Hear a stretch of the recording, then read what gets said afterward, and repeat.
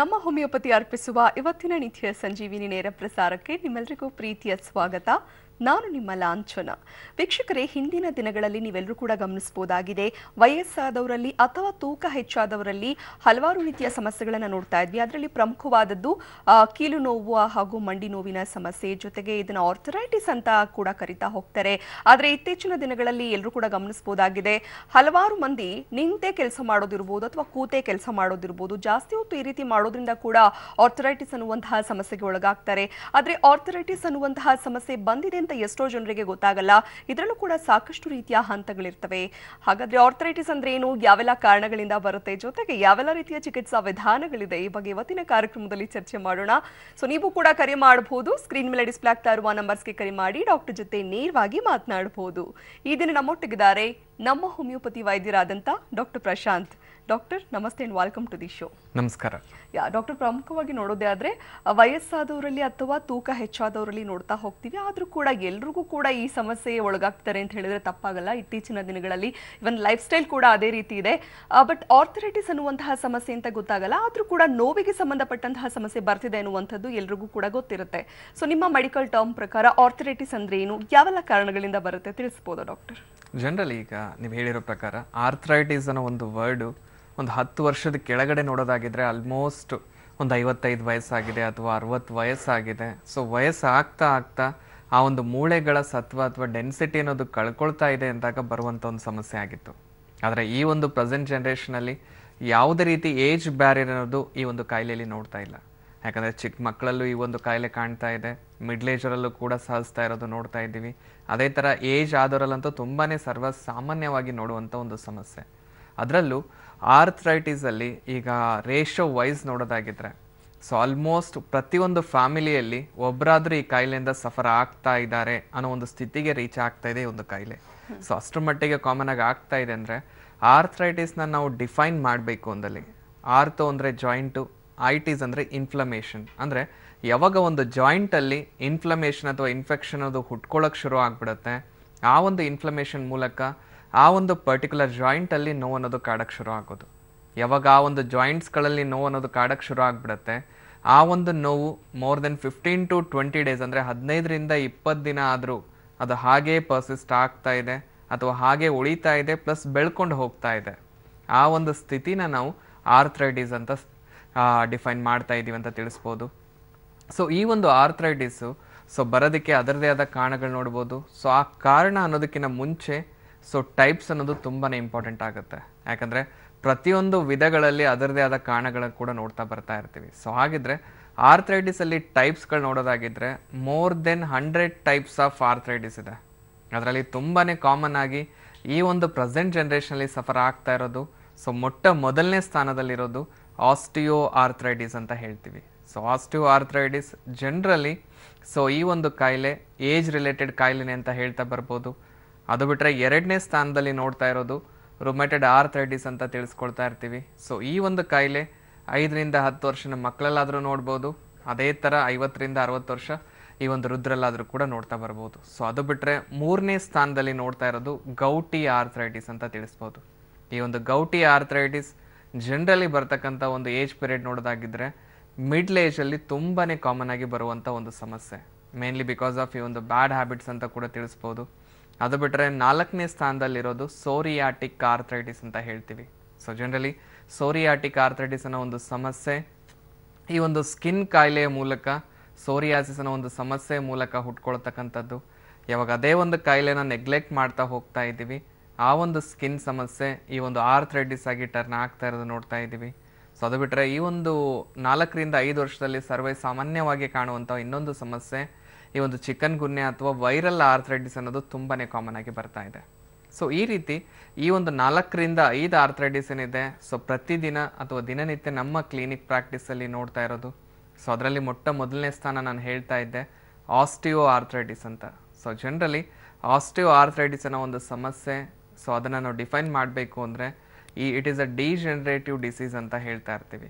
ಅಂದರೆ ಮೂಳೆಗಳು ಸವಿಯೋದ್ರ ಮೂಲಕ ಬರ್ತಕ್ಕಂಥ ಒಂದು ಸಮಸ್ಯೆ ಈ ಆಸ್ಟಿಯೋ ಆರ್ಥರೈಟಿಸ್ ಅಂತ ತಿಳಿಸ್ಬೋದು. ಸೊ ಮೂಳೆಗಳು ಸವಿತಾ ಇದೆ ಅಂದರೆ ಅದಕ್ಕೆ ಕಾರಣಗಳು ನಾವಿಲ್ಲಿ ನೋಡೋದಾಗಿದ್ದರೆ so first and foremost mechanical stress ಅಂತ ಹೇಳ್ತೀವಿ. ಅಂದರೆ ಜಾಸ್ತಿ ಹೊತ್ತು ಒಂದೇ ಜಾಗದಲ್ಲಿ ನಿಂತ್ಕೊಂಡು ಕೆಲಸ ಮಾಡ್ತಾ ಇದ್ದೀವಿ ಅಥವಾ ತುಂಬ ಹೊತ್ತು ಒಂದೇ ಜಾಗದಲ್ಲಿ ಕೂತ್ಕೊಂಡು ಕೆಲಸ ಮಾಡ್ತಾ ಇದ್ದೀವಿ ಅಂದಾಗ ಕಂಟಿನ್ಯೂಸ್ ಆಗಿ ಆ ಒಂದು ಮೂಳೆಗಳ ಮೇಲೆ ಒತ್ತಡ ಅನ್ನೋದು ಬೀಳ್ತಾ ಇರುತ್ತೆ.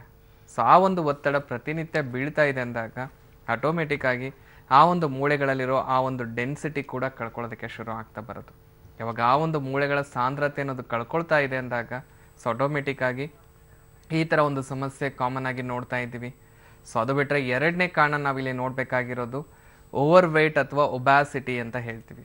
ಅಂದರೆ ನಮ್ಮ ದೇಹದ ತೂಕ ಯಾವ ರೀತಿ ಬೆಳೀತಾ ಹೋಗುತ್ತೆ, ಆ ತೂಕದ ಒತ್ತಡ ಬೀಳ್ತಾ ಇರೋದೇ ಒಂದು ಕಾಲುಗಳ ಮೇಲೆ. ಸೊ ಅದ್ರ ಮೂಲಕ ಕೂಡ ಕಾಮನ್ ಆಗಿ ಈ ಥರ ಸಮಸ್ಯೆ ಬರುತ್ತೆ ಅಂತ ಕೂಡ ತಿಳಿಸ್ಬೋದು. ಓಕೆ ಡಾಕ್ಟರ್, ಒಬ್ರು ಕಾಲರ್ ಇದ್ದಾರೆ, ಮಾತಾಡೋಣ. ಪ್ರಭು ಕಾಲ್ ಮಾಡಿದ್ದಾರೆ ಬ್ಯಾಂಗ್ಳೂರಿಂದ. ನಮಸ್ತೆ. Hello sir. ನಮಸ್ತೆ. ನಮಸ್ತೆ ಮೇಡಮ್, ನನ್ನ ಹೆಸರು ಪ್ರಭು ಅಂತೇಳಿ. ಓಕೆ ಸರ್, ಗೊತ್ತಾಯ್ತು. ಡಾಕ್ಟರ್ ಇದ್ದಾರೆ, ನಿಮ್ಮ ಸಮಸ್ಯೆ ಏನಿದೆ ಹೇಳಿ. ಹಲೋ. ನಮಸ್ತೆ ಪ್ರಭು ಅವರೇ, ಹೇಳಿ ಏನು ಸಮಸ್ಯೆ ಆಗಿತ್ತು? ನಂಗೆ ಆಗಿತ್ತು. ಓಕೆ. ಹೇಳಿ.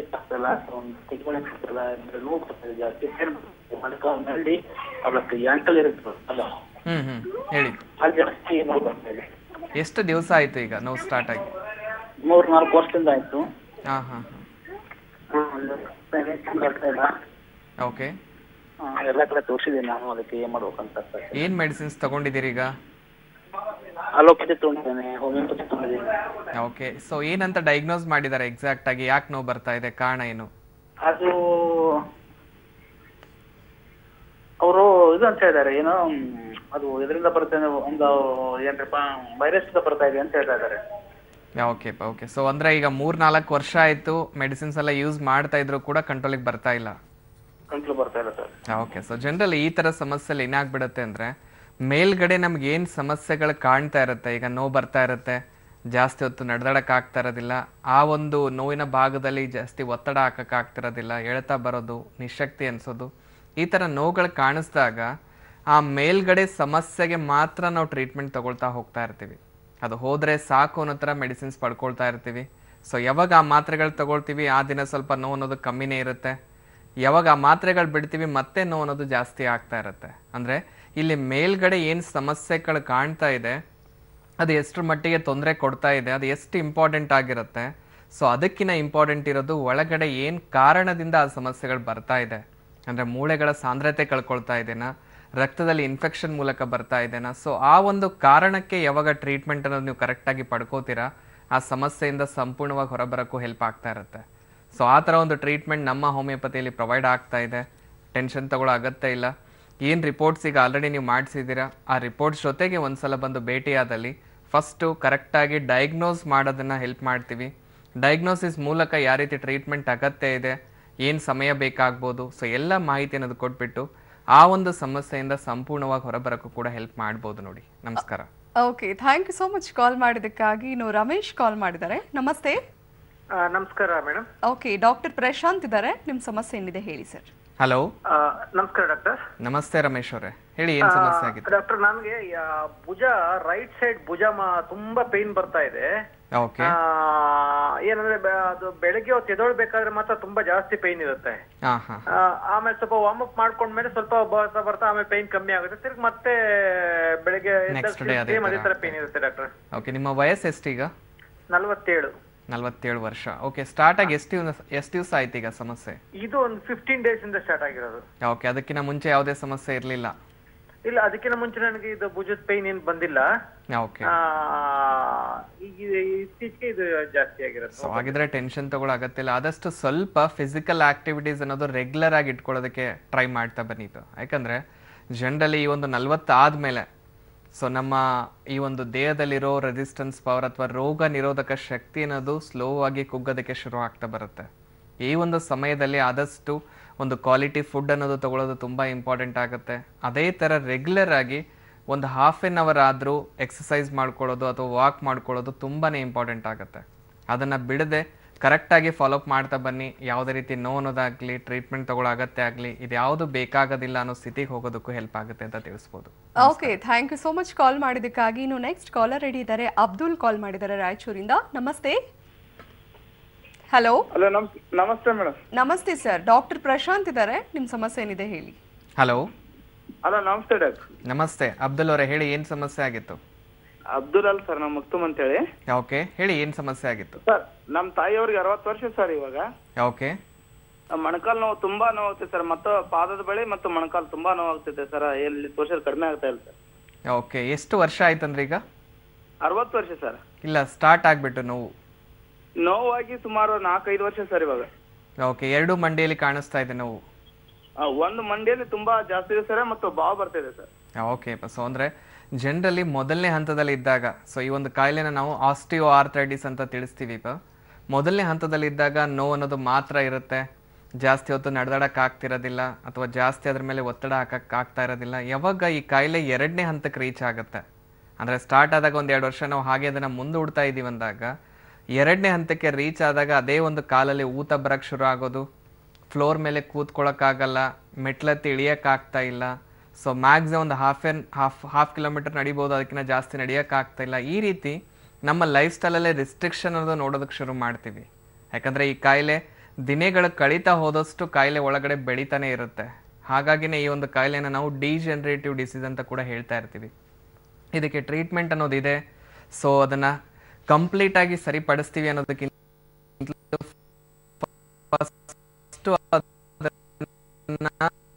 ಫರ್ದರ್ ಬೆಳೀದೇ ಇರೋ ಥರ ನೋಡ್ಕೊಳ್ಳೋದು ತುಂಬ ಇಂಪಾರ್ಟೆಂಟ್ ಇದೆ.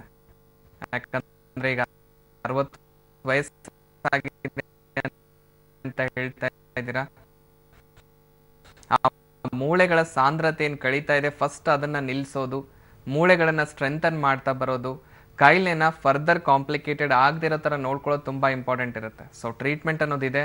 ಒಂದ್ಸಲ ಬಂದು ನೀವು ಭೇಟಿಯಾದಲ್ಲಿ ಫಸ್ಟ್ ಆರ್ಥರೈಟಿಸ್ ಅನ್ನುವಂತಹ ಸಮಸ್ಯೆಗೆ ಸಂಬಂಧಪಟ್ಟಂತೆ ಸಾಕಷ್ಟು ಮಾಹಿತಿ ತಿಳಿಸ್ಕೊಡ್ತಾ ಇದ್ರಿ. ಆರ್ಥರೈಟಿಸ್ ಅಂದ್ರೇನೆ ನೋವು, ಅಂದ್ರೆ ನೋವು ಬರ್ತಾ ಇರುತ್ತೆ, ಇದಲ್ಲದೆ ಬೇರೆ ಏನಾದರೂ ಸಿಂಪ್ಟಮ್ಸ್ ಏನಾದರೂ ಬರಬಹುದಾ ಡಾಕ್ಟರ್, ತಿಳಿಸಿ. ಸೊ ಜನರಲಿ ಈಗ ಆಸ್ಟಿಯೋ ಆರ್ಥರೈಟಿಸ್ ಬಗ್ಗೆ ನಾನು ಹೇಳ್ತಾ ಇದ್ದೆ. ಸೊ ಮೊದಲನೇ ಹಂತದಲ್ಲಿದ್ದಾಗ ಸೊ ನೋವಿನ ಜೊತೆಗೆ ಈ ಒಂದು ಸಮಸ್ಯೆ ಅನ್ನೋದು ಹುಟ್ಕೊಳ್ಳೋಕೆ ಶುರು ಆಗೋದು. ಸೊ ಆ ನೋವು ಕೂಡ ಹೇಗಿರುತ್ತೆ, ಅದ್ರ ಮೇಲೆ ಜಾಸ್ತಿ ಪ್ರೆಷರ್ ಬೀಳ್ತಾ ಇದೆ ಆ ಒಂದು ಜಾಯಿಂಟ್ ಮೇಲೆ ಅಂದಾಗ ಆ ನೋವು ಅನ್ನೋದು ಜಾಸ್ತಿ ಕಾಣಿಸ್ಕೊಳ್ತಾ ಇರುತ್ತೆ. ಸೊ ಇನಿಷಿಯಲ್ ಒಂದು 3 ಮಂತ್ಸು 6 ಮಂತ್ಸ್ವರೆಗೂ. ಸೊ ಅಂದರೆ ತಡ್ಕೊಳ್ಳೋ ಕೆಪಾಸಿಟಿ ದೇಹಕ್ಕೆ ಇರೋ ಒಂದು ಸ್ಥಿತಿ ನೋಡ್ತಾ ಇರ್ತೀವಿ. ಇವಾಗ ಒಂದು 6 ತಿಂಗಳ ವರ್ಷ ದಾಡ್ತಾ ಇದೆ ಅಂದಾಗ ಅದೇ ಒಂದು ನೋವು ಪ್ರತಿದಿನ ಕಾಡೋದಕ್ಕೆ ಶುರು ಆಗೋದು. ಸೊ ಆ ಒಂದು ಸ್ಥಿತಿಯಲ್ಲಿ ಎಷ್ಟೋ ಜನ ಏನು ಮಾಡ್ತಿದ್ದಾರೆ, ಸ್ವಲ್ಪ ಕ್ಯಾಲ್ಶಿಯಂ ಮಾತ್ರೆಗಳನ್ನ ತಗೊಳ್ಳೋದಾಗಿರ್ಬೋದು, ಅಥವಾ ನೋವಿನ ಮಾತ್ರೆಗಳನ್ನ ತಗೊಳ್ಳೋದು, ಸ್ವಲ್ಪ ಮಸಾಜ್ ಮಾಡ್ಕೊಳ್ಳೋದು, ಸ್ಪ್ರೇಗಳನ್ನು ಯೂಸ್ ಮಾಡೋದು, ಈ ರೀತಿ ಮೇಲ್ಪಟ್ಟಿಗೆ ಆ ಒಂದು ನೋವಿಗೆ ಶಮನ ಅಥವಾ ನೋವಿಗೆ ಮಾತ್ರೆಗಳನ್ನು ಮಾತ್ರ ತಗೊಳ್ತಾ ಇರೋದು ನೋಡ್ತಾ ಇರ್ತೀವಿ. ಯಾವಾಗ ಮೇಲ್ಪಟ್ಟಕ್ಕೆ ಮಾತ್ರ ಆ ಒಂದು ಟ್ರೀಟ್ಮೆಂಟ್ ಅನ್ನೋದು ಪಡ್ಕೊಳ್ತಾ ಇದ್ದಾರೆ, ಸೊ ಒಳಗಡೆ ಆ ಕಾಯಿಲೆನ ಹಾಗೇ ಬಿಡ್ತಾ ಇದ್ದೀವಿ 3 ವರ್ಷ 4 ವರ್ಷ ಆದ್ರೂ ಅಂದಾಗ ಅದೇ ಒಂದು ಮೂಳೆಗಳು ಅದರ ಡೆನ್ಸಿಟಿ ಅನ್ನೋದು ದಿನೇ ದಿನೇ ಕಳ್ಕೊಳ್ತಾ ಇರುತ್ತೆ. ಸೊ ಕಳ್ಕೊಂಡು ಯಾವಾಗ ಆ ಒಂದು ಜಾಯಿಂಟ್ನ ಯೂನಿಫಾರ್ಮಿಟಿ ಅನ್ನೋದು ಕಳ್ಕೊಳ್ಳೋಕೆ ಶುರು ಆಗಿಬಿಡುತ್ತೆ. ಸೊ ಆ ಯೂನಿಫಾರ್ಮಿಟಿ ಯಾವ ರೀತಿ ಕಳೀತಾ ಹೋಗುತ್ತೆ, ಆ ರೀತಿ ಆ ಒಂದು ಜಾಯಿಂಟಲ್ಲಿ ಕಂಪ್ಲೀಟ್ ಮೂಮೆಂಟ್ ಅನ್ನೋದು ಆಗ್ತಾ ಇಲ್ಲ, ಅಂದರೆ ಕಂಪ್ಲೀಟ್ ಫೋಲ್ಡ್ ಮಾಡೋಕ್ಕಾಗ್ತಿಲ್ಲ ಆ ಜಾಯಿಂಟಲ್ಲಿ. ನನಗೆ ಓನ್ಲಿ 60 to 70% ಮಾತ್ರ ನಾನು ಫೋಲ್ಡ್ ಮಾಡ್ಬೋದು, ಮಿಕ್ಕಿರೋದು ಆಗ್ತಾ ಇಲ್ಲ ಅನ್ನೋ ಸ್ಥಿತಿಗೆ ರೀಚ್ ಆಗೋದು. ಅದಾದಮೇಲೆ ಸ್ಲೋ ಆಗಿ ಅದೇ ಒಂದು ಜಾಯಿಂಟಲ್ಲಿ ಊತ ಕಾಣಿಸ್ಕೊಳ್ಳೋಕೆ ಶುರು ಆಗಿಬಿಡುತ್ತೆ, ಅಂದರೆ ಕಾಲು ದಪ್ಪ ಆಗ್ತಾ ಇದೆ, ಸ್ವೆಲ್ಲಿಂಗ್ ಆಗ್ತಾ ಇದೆ ಅನ್ನೋ ಸ್ಥಿತಿಗೆ ರೀಚ್ ಆಗೋದು.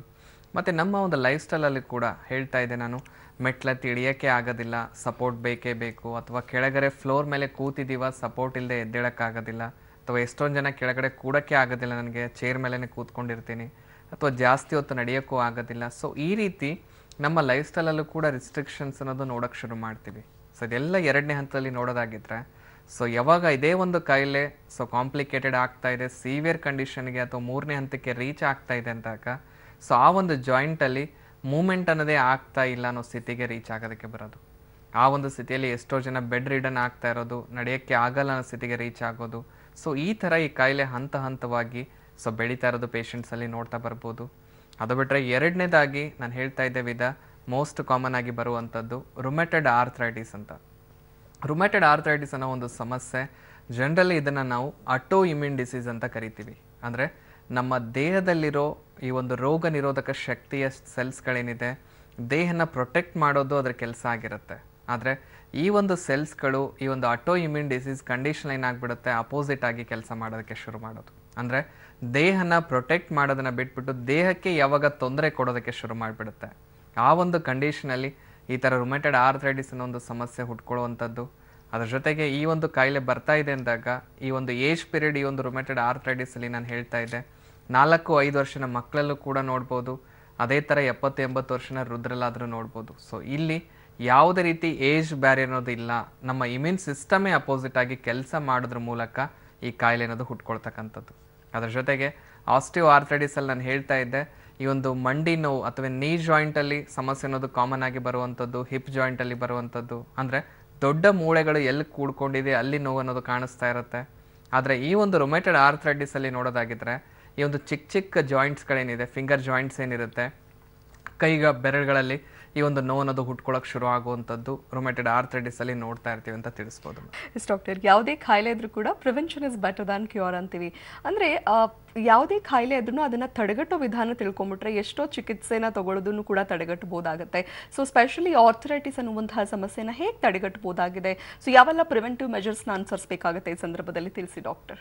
ಜನರಲಿ ಪ್ರತಿಯೊಂದು ಕಾಯಿಲೆಗೂ ಕಾರಣ ಅನ್ನೋದು ಹಲವಾರು ನೋಡ್ತಾ ಇದ್ದೀವಿ. ಸೊ ಅದರಲ್ಲಿ ಈ ಒಂದು ಪ್ರೆಸೆಂಟ್ ಜನ್ರೇಷನಲ್ಲಿ ಇಷ್ಟರ ಮಟ್ಟಿಗೆ ಈ ಕಾಯಿಲೆ ಅನ್ನೋದು ಕಾಡ್ತಾ ಇದೆ ಅಂದರೆ ಸೊ ಅದಕ್ಕೆ ಮೂಲ ಕಾರಣ ನಮ್ಮ ಲೈಫ್ ಸ್ಟೈಲ್ ಅನ್ನೋದು ತುಂಬಾ ನೋಡ್ತಾ ಇದ್ದೀವಿ ಪೇಷಂಟ್ಸ್ಗಳಲ್ಲಿ. ಯಾಕಂದರೆ ಸೊ ಈ ಒಂದು ಫಿಸಿಕಲ್ ಆ್ಯಕ್ಟಿವಿಟೀಸ್ ಅನ್ನೋದು ತುಂಬಾ ಕಮ್ಮಿ ಆಗ್ತಾ ಇದೆ. ಸೊ ಯಾರು ಈ ಒಂದು ಎಕ್ಸಸೈಸ್ ಆಗಿರ್ಬೋದು, ವಾಕಿಂಗ್ ಅನ್ನೋದು, ಸೊ ಅದನ್ನು ಆದಷ್ಟು ಯಾವಾಗ ಅವಾಯ್ಡ್ ಮಾಡೋದಕ್ಕೆ ಶುರು ಮಾಡ್ತೀವಿ, ದೇಹದ ಮೇಲೆ ಪರಿಣಾಮ, ಎಸ್ಪೆಷಲಿ ಒಂದು ಮೂಳೆಗಳ ಮೇಲೆ ಪರಿಣಾಮ ಅನ್ನೋದು ಸಹಜವಾಗಿ ಬೀಳ್ತಾ ಇರುತ್ತೆ. ಹಾಗಾಗಿ ಪ್ರತಿದಿನ ಒಂದು 15-20 ನಿಮಿಷ ಆದರೂ ಈ ಒಂದು ಎಕ್ಸಸೈಸ್ ಮಾಡ್ಕೊಳ್ಳೋದಾಗಿರ್ಬೋದು, ವಾಕ್ ಆಗಿರ್ಬೋದು, ಸೊ ನಾವು ಟೈಮ್ ಅನ್ನೋದು ಕೊಡಲೇಬೇಕು. ಸೊ ಅದನ್ನು ಯಾವಾಗ ಕೊಡೋದಕ್ಕೆ ಶುರು ಮಾಡ್ತೀವಿ, ಫಿಸಿಕಲಿ ಆ್ಯಕ್ಟಿವ್ ಆಗಿರೋದು ಕೂಡ ಹೆಲ್ಪ್ ಆಗ್ತಾ ಇರುತ್ತೆ ಅಂತ ತಿಳಿಸ್ಬೋದು. ಮತ್ತು ಎರಡನೇದಾಗ್ಬಿಟ್ಟು ಈ ಒಂದು ಫುಡ್ ಹ್ಯಾಬಿಟ್ಸಲ್ಲಿ ಈಗ ಎಷ್ಟೋ ಜನ ಏನು ಮಾಡ್ತಿದ್ದಾರೆ, ಮನೆ ಫುಡ್ಗಿಂತಲೂ ಆದಷ್ಟು ಹೊರಗಡೆ ಫುಡ್ನೇ ಜಾಸ್ತಿ ಪ್ರಿಫರ್ ಮಾಡ್ತಾ ಇದ್ದಾರೆ. ಸೊ ನಮ್ಮ ದೇಹಕ್ಕೆ ಏನು ನೀಡ್ಸ್ ಇದೆ ಸೊ ಅದು ಫುಲ್ಫಿಲ್ ಆಗದೇ ಇದ್ದಾಗ ಸೊ ಈ ಒಂದು ಕ್ಯಾಲ್ಶಿಯಂ ಕೊರತೆ ಆಗಿರ್ಬೋದು, ವಿಟಮಿನ್ D3 ಕೊರತೆ ಆಗಿರ್ಬೋದು, ಸೊ ಚಿಕ್ಕ ವಯಸ್ಸಿನಲ್ಲೇ ನೋಡ್ತಾ ಇದ್ದೀವಿ. ಸೊ ಜನರಲಿ ಒಂದು 10 ವರ್ಷದ ಕೆಳಗಡೆ ನೋಡೋದಾಗಿದ್ದರೆ 55-60 ವರ್ಷ ಆದಮೇಲೆ ಏನೋ ಒಂದು ಕ್ಯಾಲ್ಶಿಯಂ ಮಾತ್ರೆಗಳ ಬಳಕೆ ಅನ್ನೋದು ನೋಡ್ತಾ ಇದ್ವಿ. ಈಗ 30 ವರ್ಷನವರು, 35 ವರ್ಷನವರು ಇವರು ಕೂಡ ಕ್ಯಾಲ್ಶಿಯಂ ಸಪ್ಲಿಮೆಂಟ್ಸ್ ಅನ್ನೋದು ಪ್ರತಿನಿತ್ಯ ತಗೊಳ್ತಾ ಇರೋದು ನೋಡ್ತಾ ಇದ್ದೀವಿ. ಆ ಒಂದು ವಯಸ್ಸಲ್ಲಿ ಆ ಥರ ಮಾತ್ರೆಗಳ ಅಗತ್ಯನೇ ಇರೋದಿಲ್ಲ, ಯಾವಾಗ ನಮ್ಮ ಒಂದು ಫುಡ್ ಹ್ಯಾಬಿಟ್ಸ್ನ ಕರೆಕ್ಟಾಗಿ ನಾವು ಫಾಲೋಅಪ್ ಮಾಡ್ಕೊಂಡು ಬಂದಲ್ಲಿ. So time to time food ತಗೊಳ್ಳೋದು, ಅದರಲ್ಲೂ ಬಾಡಿಗೆ ಏನು ನೀಡ್ಸ್ ಇದೆ ಅದನ್ನು ನಾವು ಫುಲ್ಫಿಲ್ ಮಾಡ್ತಾ ಬಂದಲ್ಲಿ ಸಮಸ್ಯೆಗಳಿಂದ ದೂರ ಇರೋದಕ್ಕೆ ಸಾಧ್ಯ ಆಗ್ತಾ ಇರುತ್ತೆ ಅಂತ ತಿಳಿಸ್ಬೋದು. ಅದರ ಜೊತೆಗೆ ಈಗ ಆಲ್ರೆಡಿ ನೋವು ಅನ್ನೋದು ಅನುಭವಿಸ್ತಾ ಇದ್ದೀವಿ ಅಂದಾಗ ಸ್ವಲ್ಪ ಲೈಫ್ ಸ್ಟೈಲಲ್ಲಿ ಈಗ ಕ್ಯಾಲ್ಶಿಯಂ ರಿಚ್ ಕಂಟೆಂಟ್ ಇರೋ ಫುಡ್ಗಳನ್ನು ಜಾಸ್ತಿ ಸಮಯಕ್ಕೆ ಯೂಸ್ ಮಾಡೋದಕ್ಕೆ ಶುರು ಮಾಡ್ತಾ ಬರೋದು. ಅಂದರೆ ಹಾಲಾಗಿರ್ಬೋದು, ಮೊಟ್ಟೆ ಆಗಿರ್ಬೋದು, ಈ ಒಂದು ಮಿಲ್ಕ್ ಪ್ರಾಡಕ್ಟ್ಸ್ಗಳನ್ನು ಆದಷ್ಟು ಜಾಸ್ತಿ ಯೂಸ್ ಮಾಡೋದು.